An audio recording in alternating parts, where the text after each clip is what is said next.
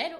On se retrouve sur une vidéo complètement nouvelle sur cette chaîne. Mais dernièrement, j'ai été jury de 3e année de bachelor en design graphique. J'ai aussi été jury les autres années précédentes. Et du coup, je me suis dit que ça pourrait être sympa de vous donner des tips à vous, les étudiants qui passez vos projets de fin d'année, pour vous dire un petit peu ce que moi, en tant que jury, j'attends. Le but, c'est que vous passiez votre oral le plus sereinement possible. Donc moi, je suis là pour vous aider à vous donner les tips de ce qui pourra vous aider à passer peut-être un meilleur oral et à faire une meilleure préparation surtout.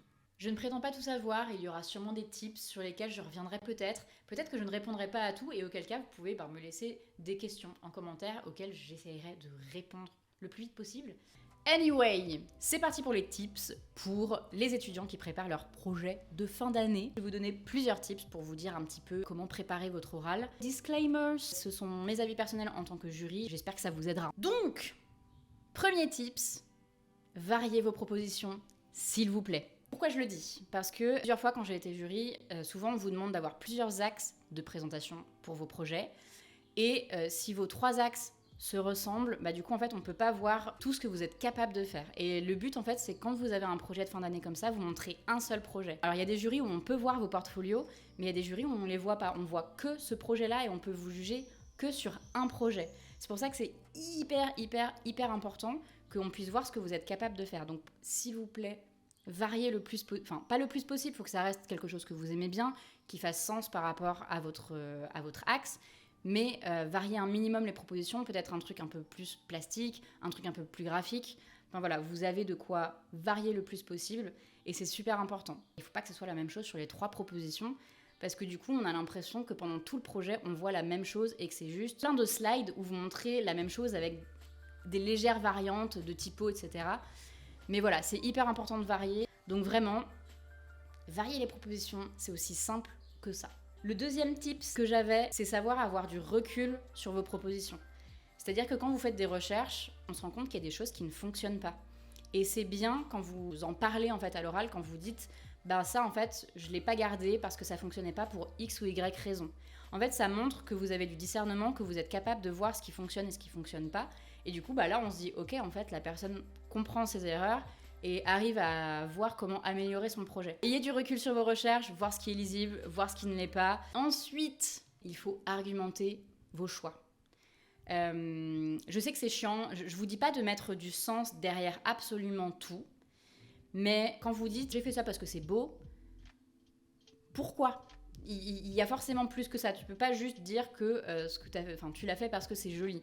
Il y a forcément une ambiance que tu as voulu donner, ou alors si vraiment tu as voulu faire un truc juste pour que ce soit beau, explique-le d'une autre manière. Ou en tout cas, le dites pas. Parce que du coup, on se dit que voilà, vous avez juste mis quelque chose parce que vous trouvez ça sympa. Et même si en vrai, ça se passe plus ou moins comme ça, il y a des projets où effectivement, on va mettre des petites choses parce que c'est joli. Il faut que ça fasse partie d'un tout et que ça aille avec la vibe de votre projet. Si l'atmosphère, elle est dynamique, elle est jeune, elle est colorée, effectivement, vous pouvez dire j'ai mis plusieurs couleurs parce que je veux donner une vibe dynamique, une vibe jeune, une vibe fun par exemple. Donc parlez peut-être d'atmosphère plutôt que d'esthétique. Ça nous permet de nous rendre compte que vous avez fait un choix. Quatrième tips, par pitié, ne soyez pas trop long sur le contexte. Souvent, c'est une demande de prof, c'est hyper important, ça permet d'ancrer votre projet dans un contexte, je dis 4 fois le même mot, et de l'analyser, mais par contre, il ne faut pas que ça prenne plus de la moitié de votre présentation, même plus d'un tiers de votre présentation. Le contexte, on va le comprendre très vite, il faut que vous soyez ultra synthétique, qu'on comprenne d'où vous partez et où vous voulez en venir, mais il ne faut pas que ce soit trop long. Si pendant 8-9 minutes vous nous parlez du contexte, ça veut dire qu'il nous reste très peu de temps pour voir vraiment vos créations, parce qu'après il y a recherche et développement. Donc il faut vraiment que ça soit grand max un tiers de votre présentation pour que justement on puisse avoir le temps de voir où est-ce que vous avez pu aller derrière. Autre tips méga important. Si vous faites une refonte d'identité visuelle, faites hyper attention que votre refonte elle soit mieux que ce qu'il y avait avant.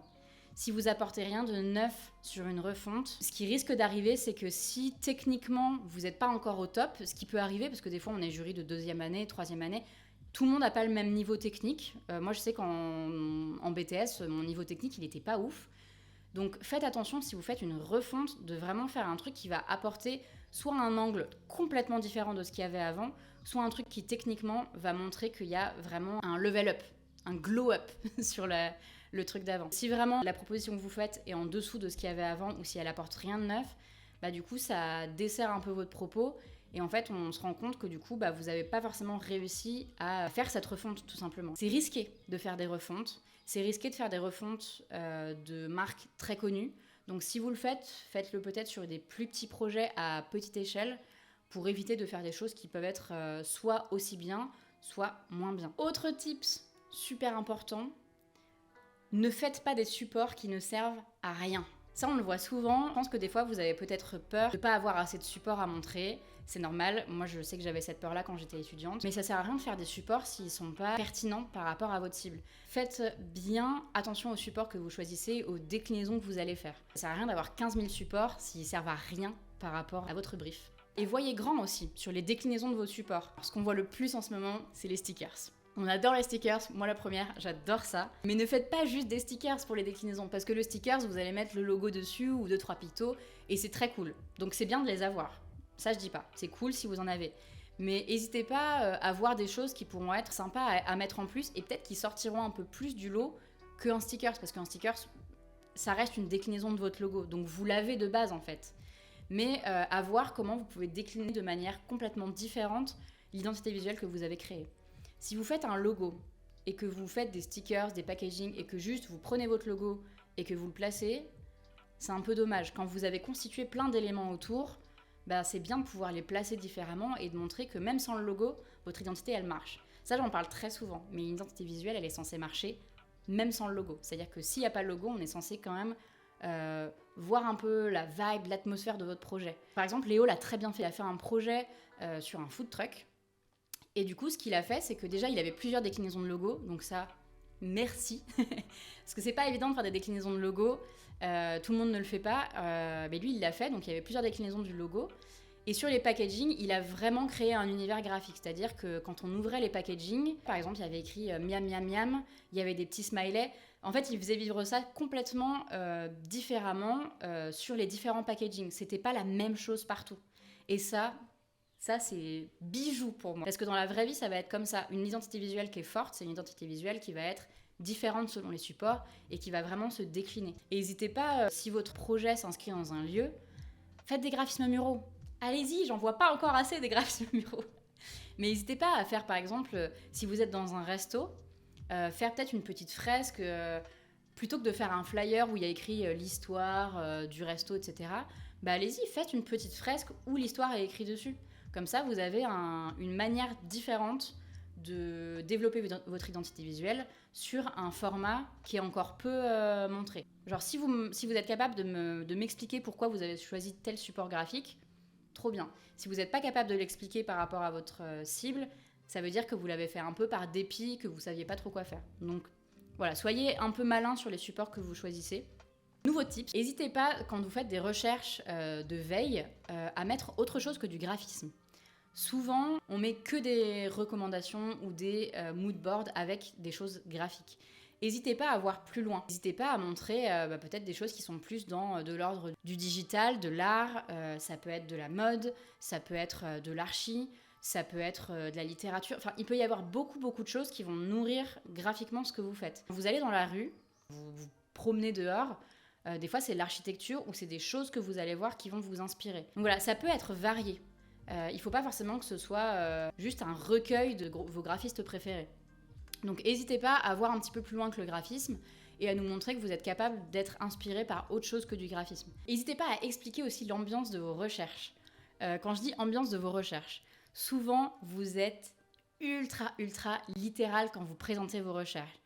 Et je comprends parce que c'est stressant, on est face à des gens qu'on n'a jamais vus, donc on a envie d'être littéral, on a envie de tout dire. Tout ce qu'on a réfléchi, on a envie de le dire. Sauf que, encore une fois, vous avez un temps qui est limité. Donc n'hésitez pas à parler peut-être de manière plus globale de l'ambiance ou l'atmosphère que vous avez voulu donner. Vous n'êtes pas obligé de dire alors là, j'ai pris une typo à empattement avec des jolis pleins et des jolis déliés. Je la vois. La typographie, je la vois, je sais ce qu'elle renvoie. Donc n'hésitez pas à plus parler de termes peut-être plus de manière globale. Par exemple, si vous voulez faire quelque chose d'élégant, voilà, vous pouvez expliquer, j'ai voulu avoir un rendu élégant, d'où le choix de cette typographie. Parce que nous, on les connaît, les typographies. En tout cas, si votre jury est composé que de professionnels du graphisme, c'est des choses qu'on connaît. Donc vous n'êtes pas obligé de surexpliquer le moindre truc. Vous pouvez parler de manière globale si vous avez peur de vous perdre. Parce que des fois, il y a beaucoup de choses dans un logo, et il y a des choses, c'est tellement évident qu'on les voit. Normalement, la force du design graphique, c'est ça. C'est que ce soit évident et qu'on comprenne tout de suite où est-ce que vous avez voulu en venir. Faire attention à la lisibilité. Pourquoi souvent, quand on fait des projets de fin d'année, c'est vrai qu'on a envie de faire un truc qui nous plaise. Je le comprends, je le conçois. On a envie de faire un truc ultra graphique. Je le comprends, je le conçois. Mais c'est bien de réfléchir en termes d'accessibilité. Accessibilité dans le sens où, si votre projet n'est pas lisible, c'est bien que vous puissiez expliquer pourquoi il n'est pas lisible et que vous ayez une très très bonne explication sur le pourquoi il n'est pas lisible. Parce que votre projet, dans la vraie vie, il faut qu'il soit lu par le plus de personnes possible. Donc surtout, n'hésitez pas à rendre votre projet le plus lisible possible.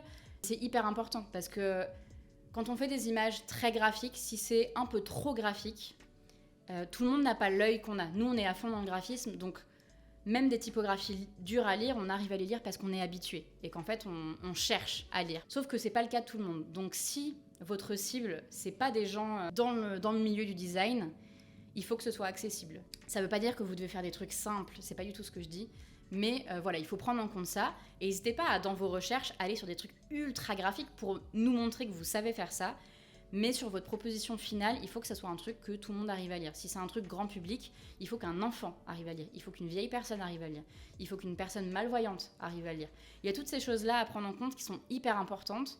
Et moi, en tant que jury, si je vois que vous avez pris en compte ces choses-là, je vais me dire que vous avez vraiment fait votre taf de designer, c'est-à-dire de prendre en compte toute la cible de votre projet. Et surtout, ayez pas peur de faire des moments de pause. S'il y a un moment où vous sentez que vous perdez un petit peu pied, que vous êtes stressé et que vous vous perdez dans vos mots, c'est pas grave de bafouiller, on va pas vous juger sur comment vous vous exprimez. Donc, n'hésitez pas à prendre une petite pause de 3-4 secondes entre vos phrases, de respirer un coup et de reprendre. Vous n'êtes pas du tout jugé là-dessus. Si, dernier truc que j'ai pas dit. Créer de l'interaction. Créer de l'interaction, c'est vachement bien. Parce que c'est vrai que c'est hyper froid, des fois, quand on arrive dans une salle de jury. Donc quand vous créez l'interaction, quand vous nous donnez de vous-même ce que vous avez fait en physique, parce que c'est vachement cool d'avoir des trucs physiques, quand vous nous donnez ça, ou par exemple, hier, il y a quelqu'un qui avait une marque de café, elle nous a servi des cafés. C'est des trucs tout cons, mais c'est trop mimes. Et en fait, ça nous permet de rigoler un petit peu, de détendre l'atmosphère. Donc toutes ces choses-là, c'est vachement cool. Je crois qu'il y a une étudiante, alors que j'ai pas eu hier, qui était dans une autre avec un autre jury, qui elle faisait un cocktail à base de picons. Du coup, elle a servi les picons. Je sais pas s'ils les ont bu, parce que je sais pas quelle heure il était. Mais voilà, n'hésitez pas à proposer des choses comme ça. Si vous avez quelque chose qui s'ouvre, etc., n'hésitez pas à montrer, à faire une démo. Et voilà, à montrer que vous êtes fier de votre projet. Ça fait toujours trop plaisir. Après, ça marche pas pour tous les projets. Moi, je sais que pour mon projet de BTS, je l'avais fait. Sauf que mon projet de BTS, c'était des packaging pour des insectes comestibles. Et que je suis passée à 9h du mat. Tout ce qui est un peu touchy, en fait, les sujets qui sont un peu touchy, qui sont un peu avant-gardistes ou qui sont très engagés, moi, je trouve ça vachement bien. Je suis ultra cliente des projets engagés. Sauf que je me rends compte que c'est pas le cas de tout le monde, malheureusement. Ça va dépendre de l'âge. Je suis désolée de dire ça, mais ça va dépendre de l'âge de vos jurys. Ça va dépendre de leur milieu. Ça va dépendre de s'ils sont ouverts ou pas. Donc ça, c'est un risque à prendre. Si vous êtes capable de le défendre et si vous avez de l'aplomb et que globalement, vous avez la tête dure et que vous êtes capable de répondre à des gens qui sont pas ouverts, peut-être, allez-y. Mais si vous sentez que vous êtes quelqu'un d'assez timide, ce genre de projet, ça peut être compliqué à défendre. Parce que si y a des jurys qui sont parfois pas bienveillants du tout et qui sont qui vont être un peu dans l'attaque, dans les questions qu'ils vont vous poser. Et du coup, ça peut être très déstabilisant. Donc, faites un petit peu attention quand vous choisissez vos sujets. Moi, je suis grave pour ça. Mais c'est vrai que ça peut être compliqué à gérer. Donc voilà, pour tous mes petits conseils. J'espère que ça vous aidera. Que vous serez tout prêt pour vos petits projets de fin d'année. Et voilà, c'était tous mes tips pour vos oraux. J'espère vraiment que ça vous aidera, que vous serez hyper calme, que vous serez content de passer vos euros. Et vraiment, allez-y tranquillou bilou, vous serez forcément stressé de toute façon, mais vous inquiétez pas, ça va bien se passer. Généralement, c'est des moments assez cool et quand on a fini, on est juste trop content. Je suis passée par là plusieurs fois, donc vous inquiétez pas. En tout cas, si cette vidéo, elle t'a aidé, n'hésite pas à me le dire dans les commentaires. N'hésite pas à partager à d'autres potes qui sont étudiants et qui sont peut-être dans le même cas que toi et qui auraient besoin de ces tips. Ciao!